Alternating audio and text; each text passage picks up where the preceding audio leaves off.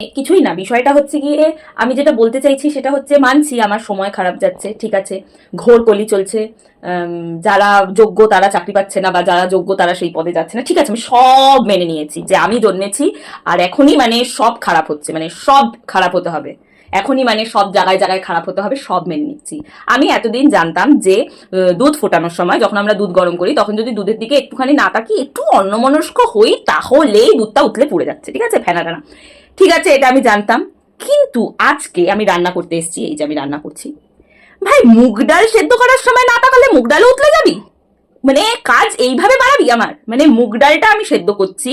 মানে আমি একটুখানি ওইখানটাতে বসেছি, জাস্ট মানে এইখানটাতে বসেছি, গিয়ে এইখানে গ্যাস, আমি এইখানটাতে বসেছি, এর মধ্যে ডাল এই সাদা ফেনা পড়ে পুরো আমার, মানে কি পরিমাণে আমি কাজ বাড়িয়েছি, মানে কি পরিমাণে, এই জায়গাটাও মুছেছি এইমাত্র, আমার কাজ বাড়িয়ে একাকার, মানে কেন আমার সাথেই এগুলো কেন হয়, আমার এটাই প্রশ্ন, আমার সাথেই এগুলো কেন হয়।